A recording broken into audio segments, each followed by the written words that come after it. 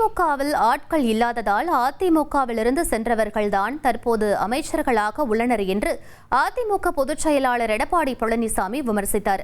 கடலூர் மாவட்டம் நெய்வேலியில் நடைபெற்ற பிரச்சார கூட்டத்தில் அதிமுக மற்றும் அதன் கூட்டணி கட்சி வேட்பாளர்களை ஆதரித்து எடப்பாடி பழனிசாமி வாக்கு சேகரித்தார். தொடர்ந்து பேசிய அவர், திமுக ஆட்சியில் கடன் சுமை அதிகரித்திருப்பதாகவும் இந்த தேர்தலில் அதிமுக மீண்டும் ஆட்சி அமைக்கும் எனவும் நம்பிக்கை தெரிவித்தார். எனக்கு திமுக ஆள் இல்லை. அண்ணா திமுக போனவங்க 8 பேர் மந்திரி, 8 பேர் அங்க ஆளே இல்லை, எல்லாம் காலி ஆயிட்டது. இப்பொழுது நடைபெற்ற சட்டமன்ற பொதுத் தேர்தலில் அண்ணா திமுக நீக்கப்பட்டவர்கள் செல்லாத ஓட்டு 19 பேர் எம்எல்ஏ போய் நிற்கிறாங்க.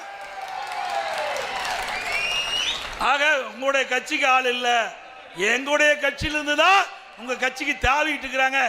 1,27,00,000 மனங்களை வென்ற தந்தி டிவி யூடியூப் சேனல். தவிர்க்க முடியாத தம்ப்நெயில்ஸ், கலக்கலான கான்டென்ட்ஸ். நீங்களும் இந்த குடும்பத்தில் இணைய இப்பவே சப்ஸ்கிரைப் பண்ணுங்க.